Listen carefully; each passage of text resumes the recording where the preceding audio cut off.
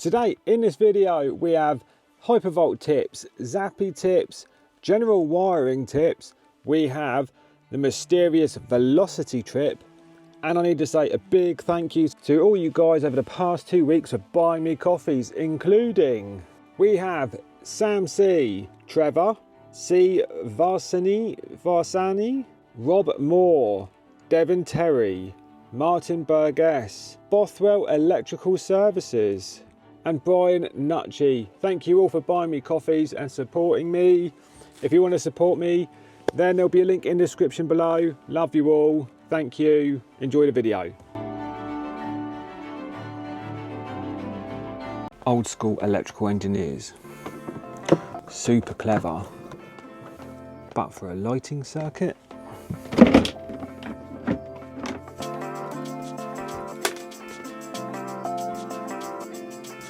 the engineer that installed all of this for an upstairs lighting circuit has sadly passed away, and the new owners basically just want something simple. Downstairs we have ceiling fans operating on remotes and some other crazy switching going on, which I need to remove and relocate some light switches, but there's kids downstairs so I can't really record it. If they vacate, I'll show you what's going on, but for the meantime I need to sort this out. So that wiring control unit is controlling that ceiling light, those wall lights, this ceiling fan, and up in that corner is a control unit for it all. And I'm basically ripping it out and just putting a couple of pendants in.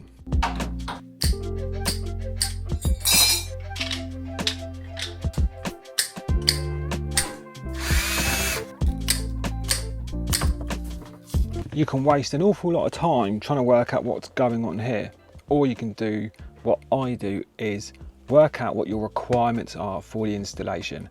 And for me, it's just a permanent feed. So all this other crazy stuff that's going on, all these cables here, I'm just chopping out, and then as long as I've got a permanent feed here, I can redo my lighting circuit. So I'm literally just going to pull all of these out one by one and tidy up as you go, otherwise you're gonna have a nightmare.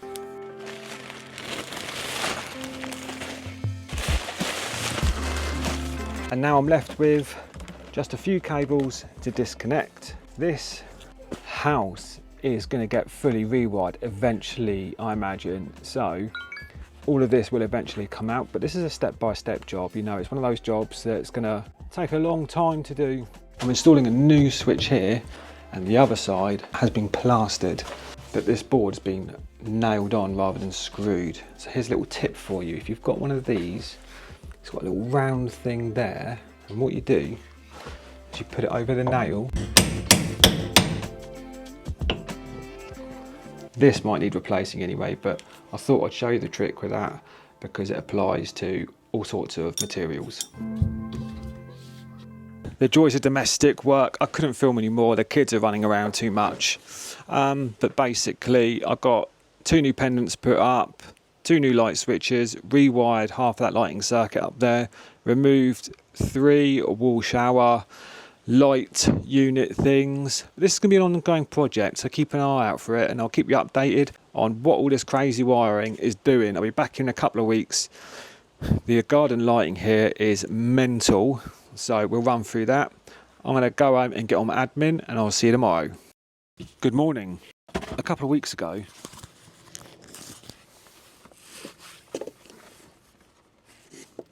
nearly spilt my coffee. I've got this live consumer unit, which is designed for EV chargers. It's IP65, but I've got no intention of installing it outside.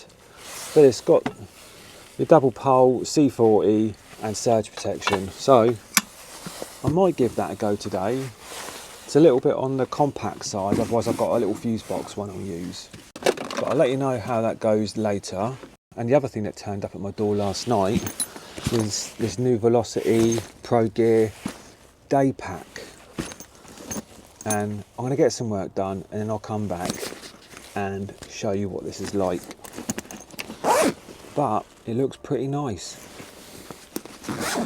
Okay, so that took me about 10 seconds to realise that I don't want to use this live consumer unit, and it's nothing about the brand or anything, but what I don't like is, obviously this is where your meter tails are going to go in the top. then underneath where you've got all these looped cables here feeding the SPD, and then obviously I need to get my EV charger terminated in there as well. I don't like just bunching up loads of cables and trying to hold them all in and get them all in the same terminals. It's just not for me. I'm going to use the fuse box consumer unit, because then at least I've got a separate RCBO just for the charger. It's just one set of cables inside it, and that's just my personal preference. I've had a bit of a logistical problem on this job where my Hypervolt hasn't turned up. Hypervolt currently are out of stock, so I've been having to buy them from like third-party online stores, and I ordered this one last week and I was promised it yesterday and it hasn't turned up, and I've had a notification it will be here by like 5:45 today, so there's nothing I can do. I've gone as far as I can. I've installed the new fuse box. Everything's ready to go. The cable's in there, but I haven't terminated it, so it remains dead and safe. So I'm gonna have to go and do some running around. I've got some materials and things to get, and just if the charger turns up by about 1 o'clock, then I'll come back and fit it. If not, well, there's just nothing I can do about this. These things happen every now and then. Saxby's was at CEF, and they very kindly gave me this new gilet. Is it called a gilet?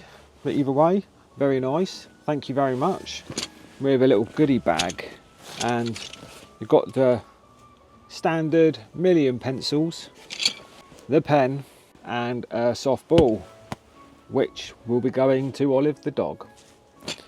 Anyway, so this mysteriously turned up at my door, and what I found inside was a new Velocity mug, Storm coffee granules, some ear defenders, a new t-shirt, Velocity on the front, and on the back the new logo, and then below that a new hoodie, same thing. This one has Rogue Heroes written on it, and what I found out, the Rogue Heroes is the rebranding for the Velocity ambassadors. So you can't buy these. And in the back came this. I got this folder. This is going to make more sense later on, so stay till the end. It's crazy. A quick tour of the bag. We have the main compartment here. It's got this sort of orange camo. Nice space inside. It's got the back bit where you can put like iPads, laptops. It's got zippy parts here, side pockets, very nice, and then another front pocket there, and it feels very sort of waterproof, which is ideal for me. But this is their new day pack, and to be honest, I do have the van bag at the minute, and I might replace it with this because I can get my lunch in this, I can get my cameras in this, and get my laptop and my iPad in this. So I'm going to trial this. I'm not selling it, you know I don't do that, and I'll let you know what it's like later on down the line. I've had a UPS update for my charger, and it's between 3:15 and 5:15, which is getting a bit late for me to get back to my clients. So unless it comes before that, I've arranged to go back tomorrow afternoon once I've done my other EV install. So tomorrow will be a busy day, and I'll show you everything. Until then, I'll see you tomorrow. It's admin time. Good morning.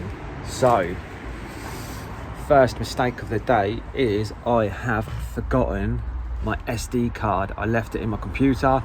Basically, I'm probably working too late and not getting enough sleep. So I'm gonna try and do a bit of filming on my phone, so excuse the audio if it's rubbish, and I'll show you what I'm doing today. I'm gonna be installing a Zappy here, and this is a new build. And then we have this consumer unit here. I don't know if any of you have seen this Dita brand before, which they use on a lot of new builds, but I'm gonna put a separate board here, shuffle that RCD along, put an MCB in there, and then feed my consumer unit, and then run an EV Ultra cable along and to the charger. And then I've got to get back to the other job and install the Hypervolt. And amazingly, that Hypervolt got delivered to my client's house, and that arrived at 4 o'clock yesterday. And then I've got site visits to do, so I better get on with it. Okay, so this install I've done a little bit different to other ones that you've seen me do. So here is the Zappy. Now with this setup, I have the consumer unit in there, in the garage, and the meter outside. And I needed to incorporate the solar and also my load curtailment. So I've had to run 2 Cat 5s. One's integrated into the EV Ultra, and they both go into here. So the one from the EV Ultra, which goes to the consumer unit, that's going to monitor the solar. And the other one is the load curtailment, and that's just a Cat 5 that's just run down here. These D-line clips are brilliant because you can seal the cable quite well just behind it. 2 clips and then into the meter cupboard. So inside here is my CT clamp pointing in that direction. And then I've joined my Cat 5 up with the CT in this little Wago box. Just use these little Wago box, fix them down, it's good as gold. And then the EV Ultra goes low level and into this consumer unit here, which is going to be fed by an MCB out of this consumer unit. DETA, I couldn't find a true double pole RCBO, which is why I've put in the additional one and just feeding it, because there's nothing wrong with this. And if I wanted to split my tails, the way that this has been scruffily wired, getting them out to put Henley blocks here and back in and feeding mine is a little bit overkill, and it's not really necessary, to be honest. So this is the cheaper and the quicker way of doing it, and there's nothing wrong with it. You are allowed to do this. Metal, surge protection. I've got fire rated membranes going between these. And then here, this is my solar circuit, which I've got my CT for there, which then passes through and joins here into my EV Ultra cable, where I've used the green and the green-white pair. These fuse box consumer units are a really nice size, I think, because 1, you have a spare way, and 2, you have enough room to stick a little Wago box. You can argue with me that I could have taken these Cat 5s out and put them here, but I don't see how that much cable is going to make a lot of difference, to be honest. I'm not connecting up any internet, hardwiring it or anything like that. This is just a signal cable to pick up the solar. So this, to me, unless you're like a technical genius and I'm missing something, I don't see really a major problem with it. So I'm going to crack on with the testing now, and then I'm going to show you how to set up the solar on the Zappy and show you how it all works. I am using this new Mega MX1 tester. It's absolutely brilliant. I'm just getting the grips of it, and once I've done that, I'll run you through some tutorial videos with that. But right now, I'm going to show you how to set up that solar. So what you need to do is go into menu button and then scroll down to other settings. Scroll down to advanced and CT configuration. CT1 is on grid, which is fine. CT2, select that and then select it again, and then scroll down until you get to generation only. You can see it working there, and then hit that till you come all the way back out, and at the minute there's 0.2 kilowatts going back into the house. Simple. So I have a quick tip for you. I'm just commissioning this Hypervolt just around the corner, and I couldn't adopt the charger in the installers app, and I spoke to Hypervolt. Honestly, you can't beat Hypervolt's customer service. But I spoke to Hypervolt, and the way that I had to get around it, because there's a bit of a bug or something, was you need to go on dashboard.hypervolt.co.uk. Then you can sign into your account and adopt the charger, carry out your testing, then unadopt it, and then your client can adopt it. Just a tip that might get you out of trouble and save you a bit of time.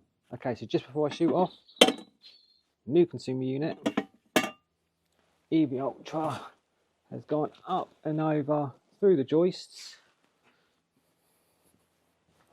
and then just round the side, tucked away, we have the Hypervolt. done and dusted and all tested. I'm running a little bit behind. I've got site visits to do now and then crack on with my admin. I will see you tomorrow. Exercise Storm Urn begins. So everything I know about Operation Storm Urn is inside this envelope. I have very little information about what's going on. I'm at the airport, so all I have is a welcome to Rogue Heroes letter. In summary, this is just a thank you note for being an ambassador for Velocity. They sent me a packing list, which just has the basics on it, including Y fronts and swim shorts, which is a bit concerning. And I have a map. The rest of the information that I have is simply this. I'm at Southampton Airport. I got sent a boarding pass. Someone in an orange jacket is going to meet me, and that is all I know.